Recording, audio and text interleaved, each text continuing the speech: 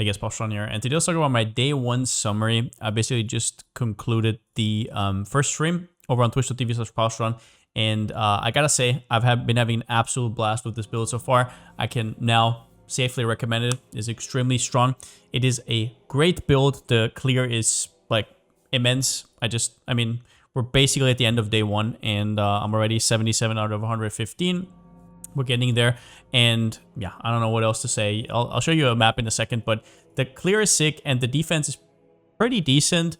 The damage as well, but you need to stay at it. So you need to add links. You obviously need to look at your gear, but in general, way better than I thought. My expectations going into this was, okay, it will be all right, and then I'll have to figure it out over time. But yeah, a Whisperer is so much better than Hierophant for these kind of attack-based mana stackers. It's not even funny. Like, it is just ridiculous. So yeah, build is very strong, and I will 100% be making a more endgame version once I have, like, I don't know, 50 to 100 divines into the build.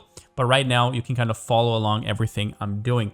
I'm currently day one, and I have put around about, I would say, 150 chaos into my gear as a whole. I'm gonna hover over it real quickly. I'll also leave my current POB down below in the description, and I'll also show you a little bit more. But before we start, I want to talk about the wolf video I made. So I said I'm going to be leveling with wolves with the wild speaker node that gives you wolves on crit, gives you a ton of flat damage. And at first I was gonna go power siphon, as I told you, but I actually reconsidered. So I went rain of arrows. On this one, you only have 50 instead of 90% crit at level 33. However, it doesn't really matter. You're hitting often enough, and you have a lot of attack speed.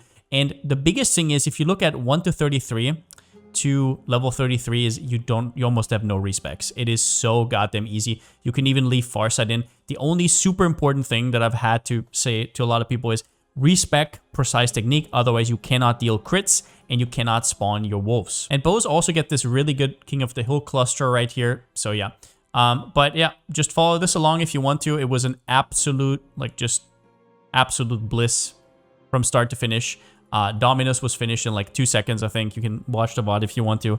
It was just outrageously strong. However, if you don't want to go with wolves, I would highly recommend, once again, the Havoc Ranger leveling. And if you do that, you can immediately go Whisperer. Now, with Lightning Arrow, the first thing you want to take is the Fork from Have You Forgotten. It is ridiculously strong while leveling. I've heard people who have had a ton of fun with this. Second, you take There Is More, so you get the Frenzy and the power charges.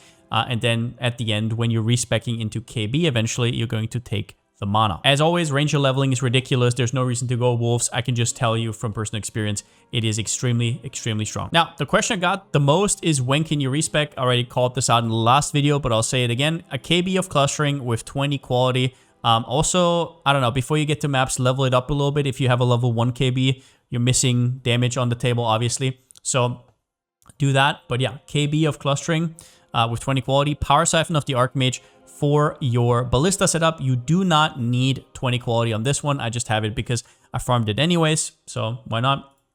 And then Dodris Tenure. The roll here doesn't really matter, but if you get more int, that's going to help out a lot later, because right now engraved ones are really hard to craft. There's almost no fractured bases, so you might have to get an imbued, which needs 188 int. But you'll really want it because the extra spell damage will help you out quite a bit. Just stay with whatever build you have for now, and just farm either Heist or Lab.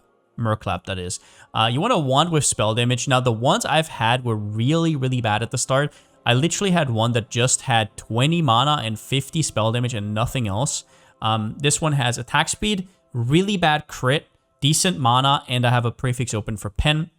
Right now, there is nothing on the market, no fracture bases, which I think is also because of the idle changes. There's just not as many fractures. So right now, yeah, everybody's running around with really shitty wands. I've already completed a tier 16 with this one, just so you know. You want to start out with the 5 link just because it's nice. It's nice extra damage. I got the 6 link for 80 chaos eventually once I farmed it up, and then I bought it. That was one of my first purchases. A 6 link is also really nice because you consume a little bit more rage, right? So you consume more mana, which means you get more rage from wait a little. I've seen this be a lot more consistent. And like, do try to do Uber Lap as soon as you can. Equip like a 2nd or even a 3rd life loss and just go for it. Lap traps are really easy with Mind Over Matter. So I don't know, it costs like 5 chaos to try out. once you're in, I would say around about tier 9, tier 10 maps, you can do it. And optional, but really strong as well, is if you have a decent Ami, even just a decent Ami, you'll want to go and anoint it with Prodigal Perfection. This gives you a ton of spell damage, up to 40% spell damage, which is 80% increased attack damage with KB of Clustering, and it gives you 20% increased mana. And go look there. It costs a Clear Oil and 2 Azure Oils. This is right now costing you like 2 Chaos to anoint. So that is a huge investment. You can see my amulet is really trash, and I still just threw it on. Now then, some other tips. Do not forget to turn on your automation. The Spell Slinger you'll see because of Reservation, and the Precision also a little bit, but you might not, like, you might forget about it. I actually forgot about it. I had it not on for like 30 minutes, and I was like, wait, I feel a little bit squishy all of a sudden. I turned it on and it was all there again. Do not forget that. You want automation with Arcane Cloak and more duration. Also, a big deal, get your Coral Ruins completion as soon as possible. This is a tier 9 currently. If you have to buy one, they cost like 2 to 3 Chaos.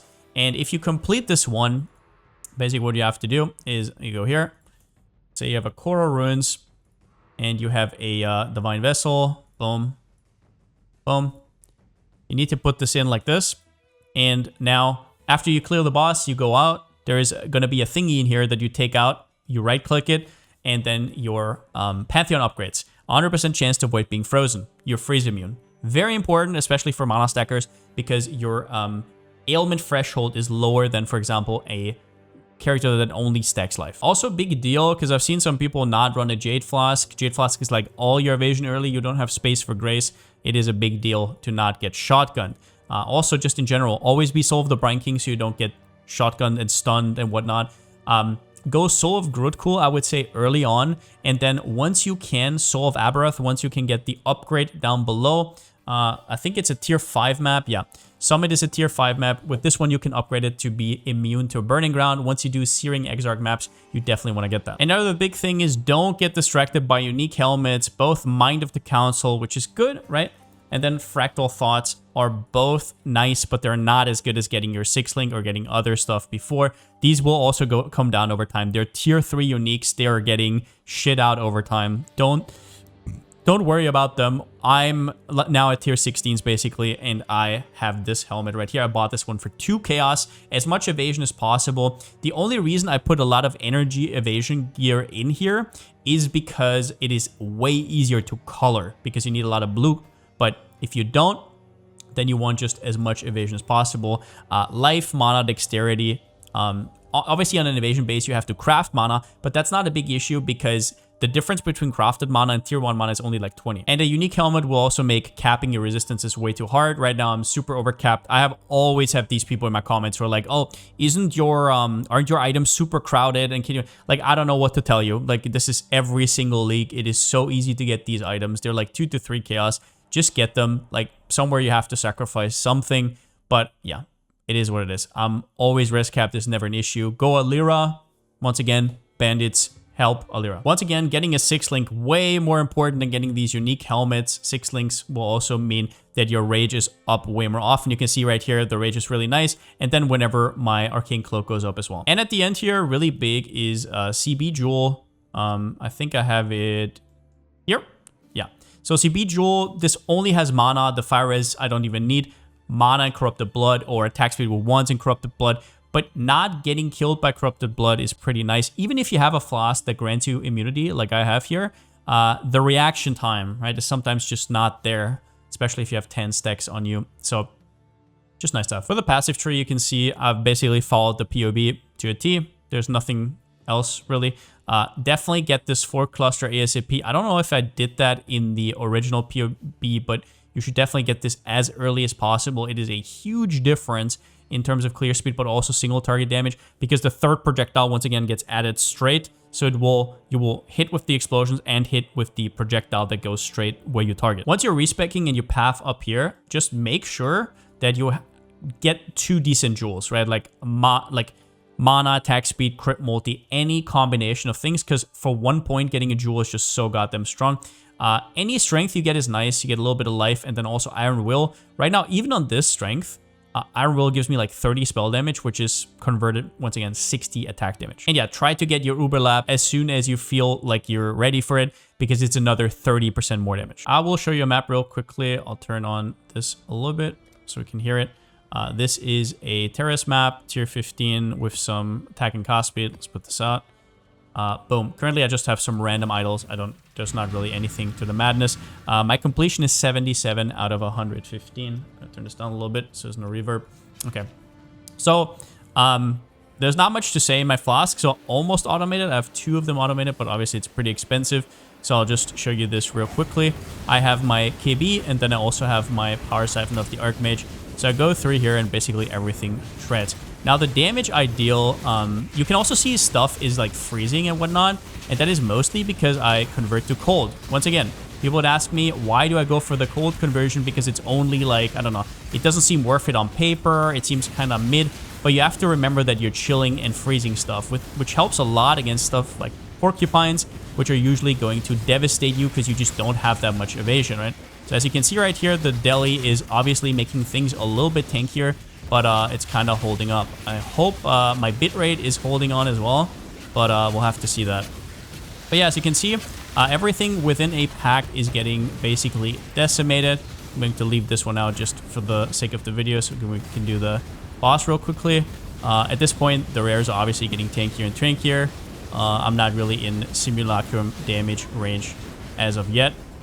So we're just going to get to 4 rewards and then dip out. Boom. Okay, there we got 4 rewards. Okay. But yeah, everything so far has been absolutely like just smoothest sailing ever. You can see my gear. It is like about as good as the gear that I tested with in the showcase that I showed before. But this Ascendancy is just so much better than Hierophant. I'm honestly concerned. I don't think this can be done on a Hierophant. I mean, it can be done, right? It's going to be decent, but it's not going to look like this. Not even close. Let's do this one real quick. Some of these, a little bit more, a little rougher, I guess, rares might be a little bit of a hindrance, but should usually be fine. Just always put down your ballistas. Okay, there was nothing crazy here. Always put down your ballistas whenever there's a rare, so you get the calling strike and whatnot. You know the drill. But yeah, we're just going to go through here. Just going to dip to the boss. As you can see right here, sometimes you're rushing into packs and then you might get perma-stunned, but you don't because of your Pantheon. Make sure you have that. I'm just going to put down a portal just in case something weird happens. Right now, I'm kept on res. I'm not kept on chaos. I got a little bit lucky with this chaos res ring during campaign. I still have it on. So yeah, I have like a little bit of chaos res, but I'm still in a negative. I'm pretty sure that until we get that chaos res light of meaning, we are not gonna like. I'm not even gonna try itemize into that because it's just so goddamn expensive right now. But yeah, I'll show you the boss. Overall, this one has ES, so it's a little bit rougher. I think it's 40% ES. Put down your totems. Do this. Boom. All right, phased. And yeah, basically this over and over again. Everything kind of gets cold. Pull down your totems. There it is. Phased again. And yeah. From all the bosses that we have, the only thing... it's good that we don't have to actually clear... Okay, it's already completed. Alright, we're done. Fuck, did I just not corrupt it? Oh, I didn't have this one. God damn it. I just sacrificed this one for the video, so you're welcome. Either way, I just got a level, so I'm going to put that somewhere else. But yeah, if you need stats, put it in here. Make sure that if you have a Fractal Thoughts that your strength is actually higher than your int. That's what you have to have for the helmet to work. But other than that, yeah, I have nothing fancy right now. I will probably upgrade my rings next. I don't have decks on any of them. They're basically just fixing my res, but as you can see, I'm actually overcapped on res. So if I have 2 dex rolls here, right now I'm pretty damn low. Also, a good way to save money on boots is to get 25% movement speed boots. I got pretty damn lucky with these, but 25% movement speed doesn't really matter because a lot of your movement speed will come from shield charging around, and that one already has over 100% movement speed. So it has diminishing returns regardless, and you can often save like 10, 20 chaos if you just go down 5%. But yeah, that's about it. I'm going to keep farming, unlock a little bit of stuff, and tomorrow we're probably going to start doing some of the bosses. I'm going to complete my watchstones and everything like that. So So yeah, then I'll probably have more to see, more to say, more to show. I'm a little bit tired right now, so forgive me for that. But yeah, see you guys tomorrow. Hope you guys are having a blast regardless. And since I still don't have a slogan, see you next time.